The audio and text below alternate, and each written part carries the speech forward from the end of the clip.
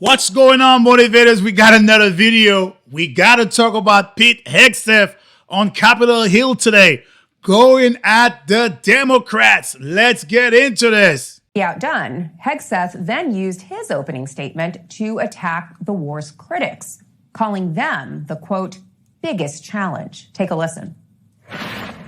The biggest challenge, the biggest adversary we face at this point are the reckless, feckless, and defeatist words of congressional Democrats. Man, he's coming in for blood. Straight up. He haven't even started yet. Calling people feckless. That's what I'm saying. That's the difference between Pete Hegseth and Lloyd that we had. A fat guy versus somebody the military looks up to. Motivation. Quote, a whole civilization will die tonight, never to be brought back again. I don't want that to happen, but it probably will. My office's phones have been ringing off the hook. I've heard from so many military families concerned about the president's mental fitness and whether he's fit to serve as our commander-in-chief, given that he's sending their loved ones into harm's way. Our troops, who have shown incredible bravery and tactical proficiency, deserve to know that their leaders are focused and stable. So, Mr. Secretary, you are with the president a lot, and it pains me to even have to ask this about our president, but my constituents' lives are at stake. Do you believe that the president is mentally stable enough to be the commander-in-chief? Did you ask the same question of Joe Biden for 4 years? Mr. Secretary, Joe Biden is not. That's what I'm talking about. Coming straight to the point. These people are liars. If her constituents are asking about Donald Trump, what were they asking about Biden? And if they were not asking about Biden, they're lying themselves.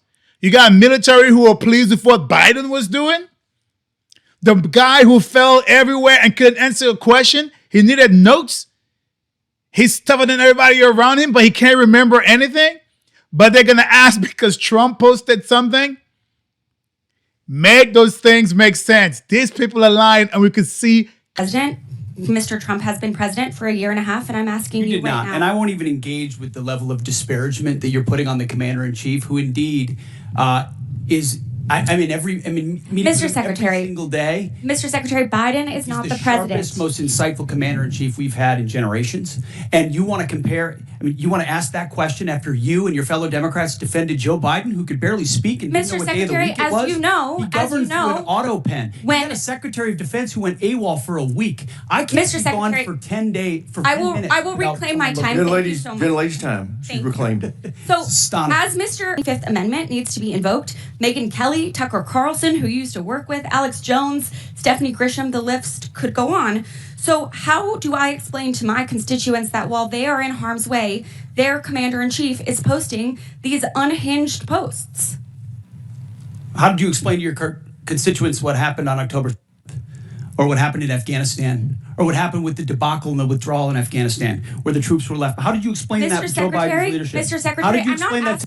Boom! She can't explain it because these people are liars.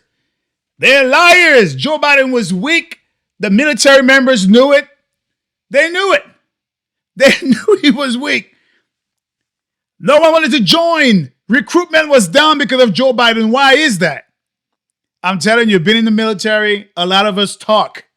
We talk and we know we have a strong leader when we don't have a strong leader because we know what it does for people in the battlefield. There's nothing more motivating than you have a commander-in-chief that you know has your back. Plain and simple. It gives you an extra energy, an extra urge to go out there and get some. Knowing somebody is lame, I'm telling you, you know your equipment's not going to be good. You know they're going to take your money. They're going to cut budgets like they normally did. I'm telling you, when Democrats are in office, everyone shakes their head because we know we're not going to get any raises. And they're going to cut back on payments and any equipment that we have. The Marines that didn't get medals, so we restored their medals because of that disastrous withdrawal in Afghanistan. Did you explain that to your constituents when Joe Biden was asleep at the wheel and he had an AWOL Secretary of Defense? How about this? I find it very concerning that the Secretary could be hospitalized for 3 days without anyone else in the administration even noticing That suggests Secretary Austin's advice is not sought or heeded in the White House, even while military operations were ongoing in the Middle East. It also implies that the White House politicals, not seasoned defense professionals, are in the driver's seat on matters of national security. I very much appreciate your kind words, and I received world-class medical care at Walter Reed.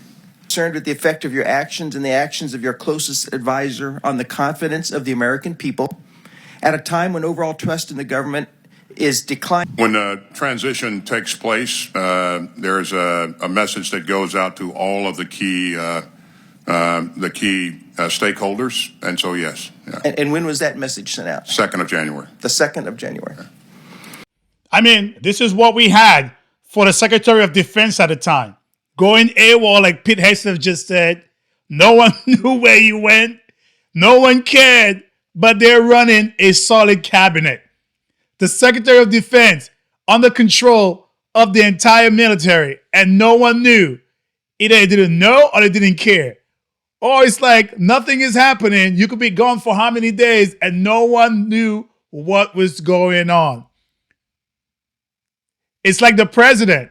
If the president has to do a medical stuff, well, for whatever reason, he's away, automatically, if he's incapacitated, the vice president is the one who goes through. But the point is, this guy, no one knew about it. This is crazy. I'm not here to explain post. We have an incredible commander-in-chief who puts our troops first. I'm here for a budget hearing about our troops. This is historic budget that's giving us a chance to defeat Mr. Secretary, our adversaries. Mr. President Secretary, Trump please, is doing that this in is my world-class fashion. You're trying to piece together a timeline. No, I'm asking a simple question. One of your special, most sensitive advisors, did he have a security clearance? No, you're playing a gotcha game like you do on TV and everywhere else. You're trying to thread together details that are connected about something else. Clearly, you're concerned about my line of questioning, aren't you, Mr. Secretary? Because you know where it's going, don't you? As you purport to have unfaltering loyalty to President Trump, and yet you are continuously going... you care a lot about President Trump, don't you? You're going behind his back. Waste of your 5 minutes. Appointing a people. huge, I reclaim my time. waste of your 5 minutes that I led reclaim nowhere. my time. You are repeatedly going behind the president's Gentleman back. from Colorado's time. Go ahead, Mr. Carl. You are repeatedly going behind President Trump's back, appointing people who he has accused of lying, who the White House is accused of lying. Gentleman's time's expired. And you are not being honest with... Man, I'm telling you, he's going toe-to-toe with them. They want to bring the heat. He's pushing right back. That's what I'm talking about. I mean, Democrats is always about gotcha, stupid questions. Still, they have nothing. They're supposed to be here for a budget. And I hate Congress to begin with. Both sides does this. It's like, it's all about a show, you know? Like, go there and it could be like an hour, but it takes 3 hours for nothing because they ask dumb questions. Simply ask you what you're playing gotcha questions about domestic things. I'm not. You're saying it's a gotcha question to ask what it's going to be in terms of the increased cost. Why won't you gas answer what it costs to prevent Iran from getting a nuclear bomb? I give you that, sir. But let me. What would it cost? What would you pay to ensure Iran doesn't get a nuclear bomb? What would you pay? I reclaim my time. Do you not know? You had no one do the analysis of what the increased cost of gas and food on the American people are going to be? What is the cost of Iran holding that straight at issue with nuclear weapons? It's $631 billion. We have an incredible economic team that's managing this better than what the previous administration did to our economy. What the previous administration did with inflation. You know what's upsetting? I reclaim my time. COVID, and you're going to lecture this administration about the economy? You know what is upsetting? Incredible. You didn't even do the analysis on how much it's costing the American people. I'm going to reclaim my time quick. I'm going to reclaim my time. But that's the thing. Those people are hypocrite. And that's why he has to go back and reclaim his time quick. Because he knows that things will fall worse under Joe Biden. Inflation went to at least 19%. They were lying about inflation to begin with. That everything was a lie in the Democrats. They used jobs on their government to kind of manipulate the job numbers. Right? So inflation was way higher than the 9% that they touted. Some economists said it was about 22% inflation. That's why we're still feeling the heat of some of it right now. But these people, it's amazing. What I'm saying is before the commencement of the conflict, we put in maximum defensive posture we could. That's a direct We moved contradiction 70 to what they said.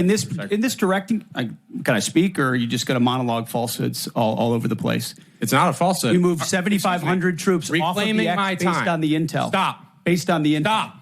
Reclaiming my time. Because you yell doesn't make you right. Just because you yell doesn't make you right. Reclaiming my time. Got him stopped right in his tracks. If you watch his little hands, he was trembling, saying, stop, stop, stop. These people are insane.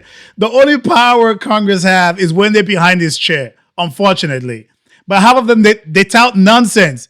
It's like somebody write their statement and they come out and they try to get their little 5 minutes of fame. We were, first of all, in this position in the cabinet, we never talk about what we would advise the president to do or not. Do you think the president or you deserve more? I've been in every meeting. I understand with that, the chairman and everybody else as those Secretary, I'm asking the were made, and he got every perspective possible when it came. I'm just asking what your perspective is. Are you afraid to take ownership of this? Do you think it was a good idea or not?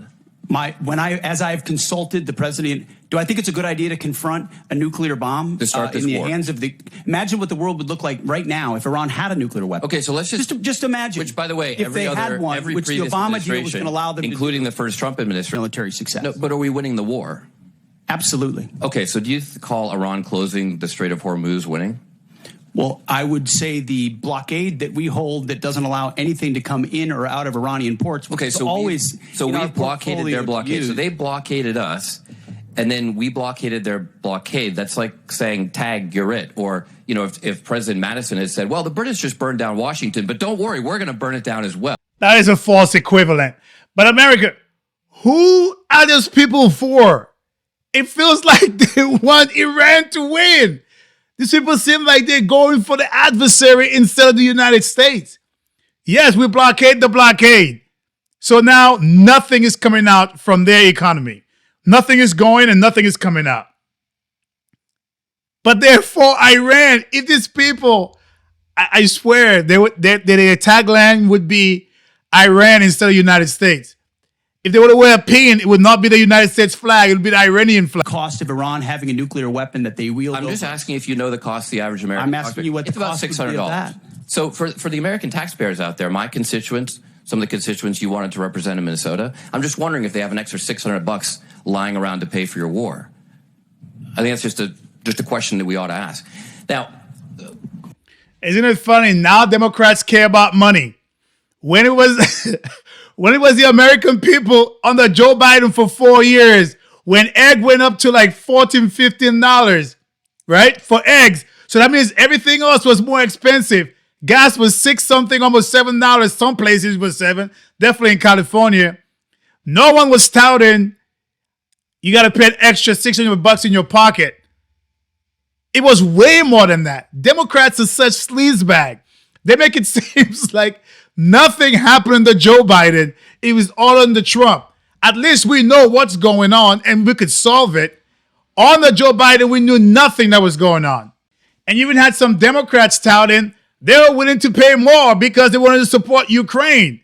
But now it's Iran. They're like, oh, my gas price is a little bit too high. These people are absurd. They're such liars. You could see through the facade that they're trying to put out. Is a war crime under the Geneva Conventions. You understand that's murder. Do you stand by that statement?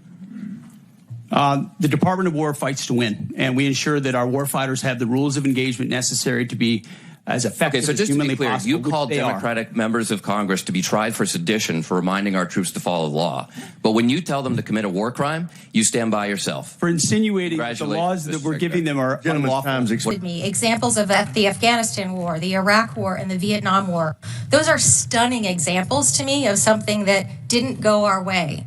We had the opportunity to execute on those wars quite well, but we didn't accomplish any mission, in my opinion, and I think you would agree on that as well. My point is this effort is not those efforts. That's exactly it. Is this war shaping up to be that war? Because it has every We're shaping up to get the same kind of Democrats we got in those wars who were naysayers from the beginning, undermining the progress of troops. Just have a conversation about the country and the nation and not about parties. The Democrat Party wanted to socially engineer the Department of War. We've had to undo that and get it to a point where it's capable of projecting power. Unlike other administrations, which cut bad deals and pallets of cash with no ability to oversee whether Iran is actually pursuing a nuclear program. So if we want to litigate JCPOA or the Iran deal, our view, the president's view, is that was a very bad deal. To articulate what the end game is here, do you think that Secretary Hegseth provided any clarity today with this jaunt on the Hill? I think there were some missed opportunities for the secretary today. I think this would have been a terrific chance for him to lay out what the strategic objectives are and how they're going after each and every one of them. And I didn't see anything in the hearing today, and I watched a lot of it that convinced me that they were actually trying to answer that question. I mean, because the questions were just like gotcha questions, half of them. It's just a waste of time. Dana, that is a guy who doesn't give two F's, and I won't say what those are because I'm talking to you. His training at Fox. Yeah. It's like it just allows him to run circles around these befuddled dopes. And also they just talk over him. I was actually going to make a point in the previous block about how, remember the hearing when the Attorney General of Minnesota comes and the Republicans never let him talk? Yeah. And so it's like, well, you can't actually fault Ellison for that. Ellison was smart. So he was a good witness because he kept his mouth shut. And the opposite is true here. Pete was like, oh, I can do the same. Yeah. I can fight back with you as well. I don't think that we learned a lot. One of the lines of questioning was about the spending, right? And they were like, how dare you spend this money? Well, what about the EV tax credits and all the things that you spent money on that... That's the thing. Democrats spend money on so much crap. And when it's somebody else, they're like, where's the money going to? And that's why I'm saying you cannot trust Democrats. At least if they had a leg to stand on, you'd be like, yes, they're asking some legit questions.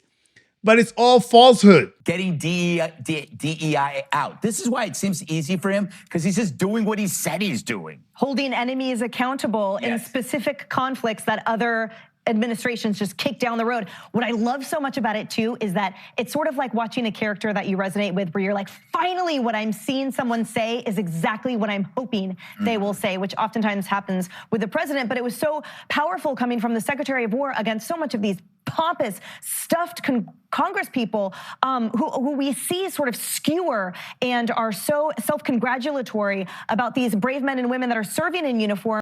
Pete Hegseth went on Capitol Hill. They tried. They couldn't get him. He went toe-to-toe with them. I mean, the guy is great. Military members support him. He is fit. He is holding the standards that everybody should be holding.